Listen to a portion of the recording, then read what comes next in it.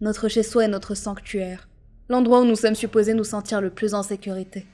Mais ce n'est pas non plus une forteresse inviolable. Et quand les choses commencent à mal tourner, ce sont généralement les expériences les plus terrifiantes, car elles se passent au cœur de notre intimité. Les personnes ayant vécu les histoires que je vais vous raconter là savent à quel point la sécurité de notre chez-soi peut facilement tourner à l'horreur absolue. Vous êtes prêts à les écouter? Alors éteignez vos lumières, mettez vos écouteurs, installez-vous confortablement, et c'est parti.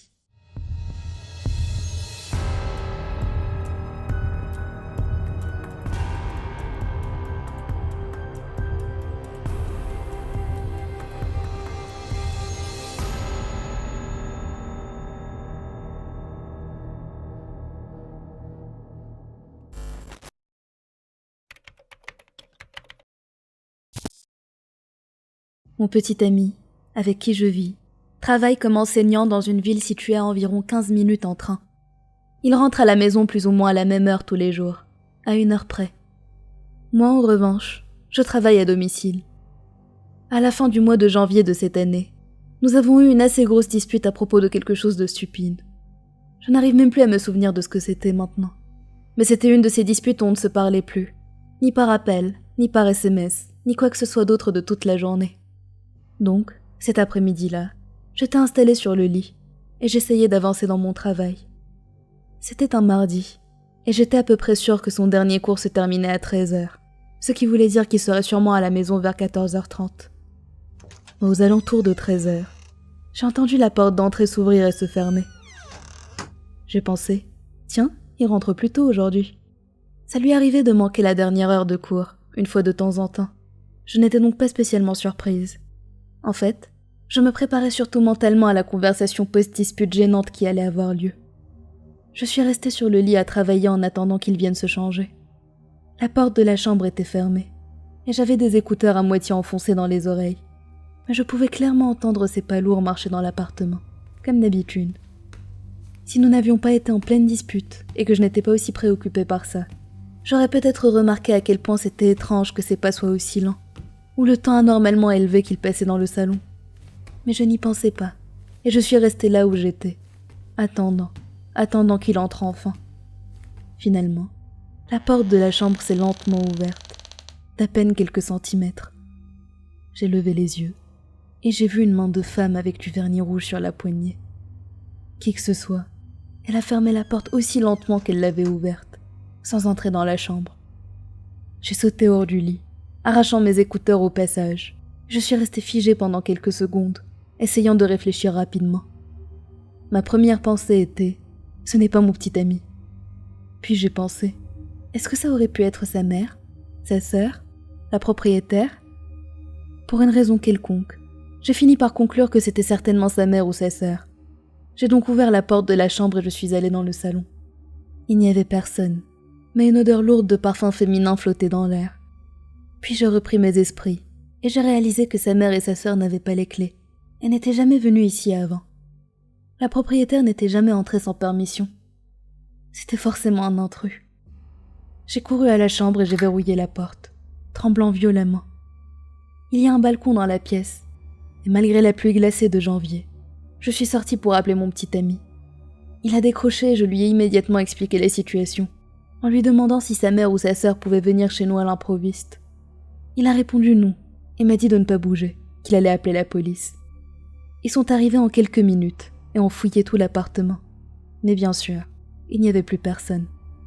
C'était bizarre cependant. Rien n'avait été volé dans l'appartement, malgré le fait que nous ayons un pot avec de l'argent dedans à l'entrée. Rien n'avait été ne serait-ce que touché. Il semblerait que l'intrus s'était dirigé directement vers la chambre, avait vu mes jambes, avait paniqué, et était reparti illico. De plus, on ne pouvait pas ouvrir la lourde porte d'entrée en bois sans la clé. Pendant quelques jours, mon petit ami et moi étions persuadés que c'était la propriétaire venant fouiner. Je commençais à me sentir petit à petit mieux. Nous avons malgré tout demandé à la propriétaire de changer nos verrous. Et quand elle est venue avec son mari pour les changer, elle a fait une découverte. Il y avait une zone près du trou de la serrure qui avait été grattée avec quelque chose. Elle nous a dit que quelqu'un avait utilisé des outils pour forcer la porte d'entrée et pénétrer dans l'appartement. Quelques jours plus tard, mon petit ami m'a dit « J'ai quelque chose à t'avouer, mais ne panique pas. Il m'a dit que les ciseaux de la cuisine avaient disparu. J'ai bien évidemment paniqué. J'ai mis l'appartement sans dessus dessous en les cherchant, mais je ne les ai trouvés nulle part. Ça fait 6 mois maintenant, et les ciseaux ont bien disparu. Toute la situation était étrange et glauque. Un intrus s'introduit dans une maison, mais ne prend ni argent ni objet de valeur, s'empare d'une paire de ciseaux, se dirige vers la chambre, voit quelqu'un au lit et s'en va immédiatement. Je n'ai jamais rencontré la personne qui a ouvert la porte ce jour-là, et j'espère que ça n'arrivera jamais.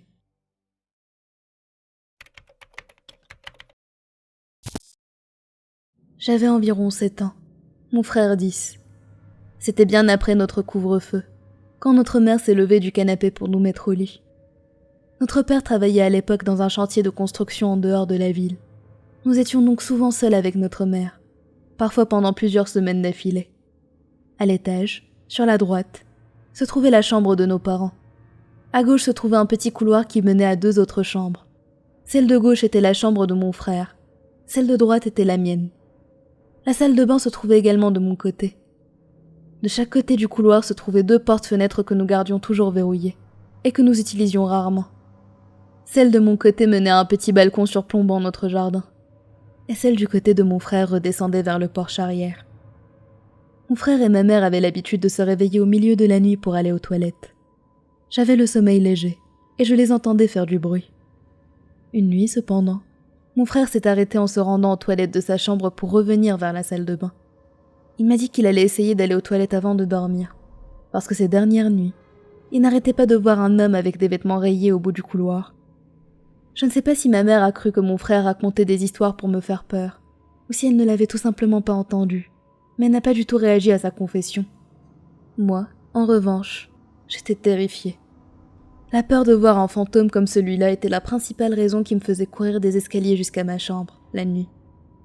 Des années plus tard, quand j'avais dans les 18 ans, ma mère et moi étions en train de discuter dans sa voiture, à propos d'un chien, Max, que nous avons eu pendant une très courte période quand j'étais petit. On se racontait des anecdotes amusantes, jusqu'à ce qu'elle dise « Tu te souviens de la fois où j'ai ouvert la porte aux policiers et Max est entré en courant dans la cuisine pour déchiqueter le sac de nourriture ?» Sa question m'a surpris, parce que je n'avais aucun souvenir que des policiers soient déjà venus chez nous. Je lui ai demandé de quoi elle parlait, et elle a eu l'air aussi surprise que moi. Puis elle s'est souvenue et m'a dit « Oh, c'est vrai, je ne te l'ai pas raconté parce que tu étais trop jeune à l'époque. » Une nuit, des bruits à l'extérieur de ma fenêtre m'ont réveillée. Et quand je suis allée regarder, j'ai vu un homme en train de regarder dans ma chambre. Elle a décrit comment le fait d'allumer les lumières l'a fait fuir, et comment elle avait attrapé le pistolet de mon père avant d'appeler la police. Elle ne se souvenait pas de tous les détails, mais elle se rappelait que c'était un homme blanc de grande taille, avec des cheveux courts, et portant des vêtements rayés. Les policiers lui ont dit que sa description correspondait à un homme qu'il cherchait déjà dans la zone. C'était un meurtrier qui s'était échappé de prison. Je sais que la conclusion paraît évidente quand les 2 histoires sont racontées l'une après l'autre, mais ce n'est que quelque temps plus tard que j'ai enfin fait le lien. Mon frère avait vraiment vu son fantôme, et nous avait mis en garde, à notre insu, contre un meurtrier qui avait passé plusieurs nuits dans notre maison.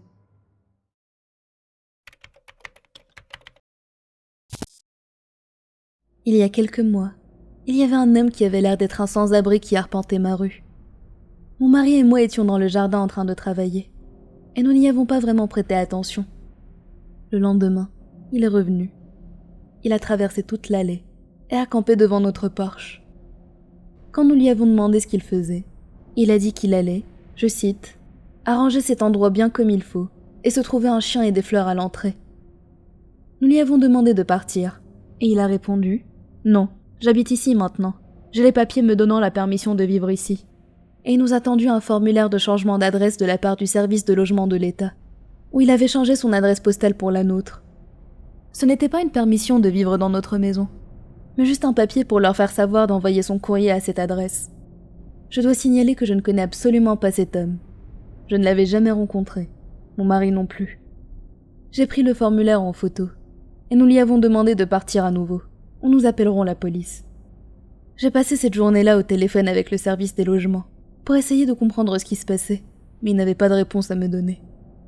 Une semaine est passée, et nous n'avons plus du tout entendu parler de l'homme. Puis, un matin, je suis sortie pour chercher le courrier, et je l'ai trouvé en train d'attendre près de la boîte aux lettres. Il l'ouvrait toutes les quelques minutes, mais le courrier n'était pas encore arrivé. Il m'a dit de le laisser tranquille, que ça ne me concernait pas, qu'il ne voulait pas me parler, et qu'il attendait juste son chèque avant de rentrer chez lui. Il a dit ça en pointant ma maison. Je lui ai rappelé qu'il ne vivait pas là-bas, et j'ai commencé à composer le numéro de la police. Il est parti en m'insultant tout le long du chemin. J'ai quand même appelé la police, et ils m'ont demandé si l'homme était actuellement sur ma propriété. Quand je leur ai dit que non, ils m'ont demandé de rappeler quand il le sera, et ils se déplaceront à ce moment-là.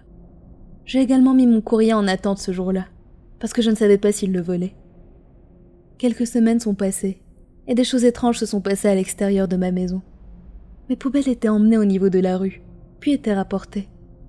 Mes mauvaises herbes étaient arrachées. Mes meubles de jardin étaient réarrangés, mais je ne voyais l'homme nulle part. La police a proposé d'ajouter d'autres patrouilles, mais à moins qu'ils puissent le prendre sur le fait, ils ne pouvaient rien faire. Ils ont commencé à me prendre pour une folle parce que j'appelais tous les jours. À un moment donné, le policier qui s'est déplacé chez moi après que j'ai trouvé des notes de menaces collées à ma porte m'a demandé si je pouvais prouver que cette personne n'habitait pas là. Car, je cite, « ça ressemble à une dispute domestique, et nous ne gérons pas ces cas-là. » J'avais l'impression de devenir folle. Finalement, après environ 1 mois depuis le début de cette situation, mon mari et moi sommes rentrés à la maison après un dîner tardif avec des amis. Une fois à l'intérieur, nous avons senti une odeur de shampoing, puis nous avons entendu l'eau couler dans la douche, et quelqu'un parlait à voix haute. Nous avons tout de suite fait demi-tour, et nous sommes ressortis. Nous avons garé la voiture un peu plus loin, et nous avons appelé la police. Ils sont arrivés assez rapidement, avec des mégaphones. Ils lui ont dit de sortir de la maison les mains en l'air. L'intrus n'a pas réagi. Ils ont donc chargé la porte d'entrée, et l'ont traîné en dehors de la douche. Il n'arrivait pas à croire qu'il soit traité de cette manière dans sa propre maison. Comment osait-il ? On pouvait l'entendre crier depuis notre point d'observation plus loin dans la rue. Il a refusé de suivre les policiers de son plein gré, et ils ont dû le faire sortir de force. En chemin, l'un des officiers a attrapé une paire de chaussures appartenant à mon mari, et a ordonné à l'homme de les mettre. Ils l'ont traîné jusqu'à la voiture de police en attente. Après avoir rempli tous les formulaires et rapports, ils nous ont enfin laissé rentrer chez nous. L'intrus avait fracassé toutes nos fenêtres. Il y avait du verre partout. Il avait mangé les restes de repas au frigo. Dans la chambre à coucher, notre lit était complètement défait. Il avait dormi dedans.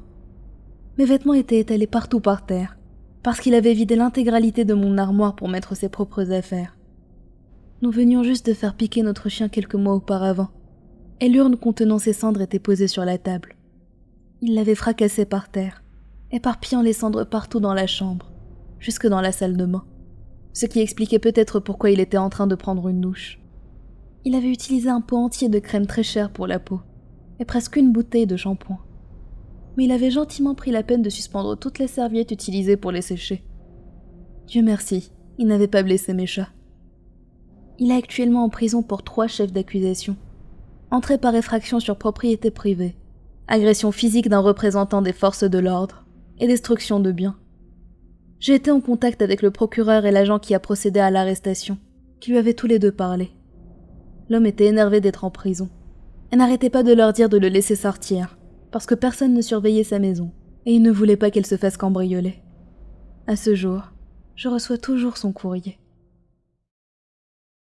Voilà, c'est la fin de cette vidéo. J'espère qu'elle vous a plu. Dites-moi en commentaire ce que vous en avez pensé, et laquelle de ces histoires vous a le plus marqué. À bientôt!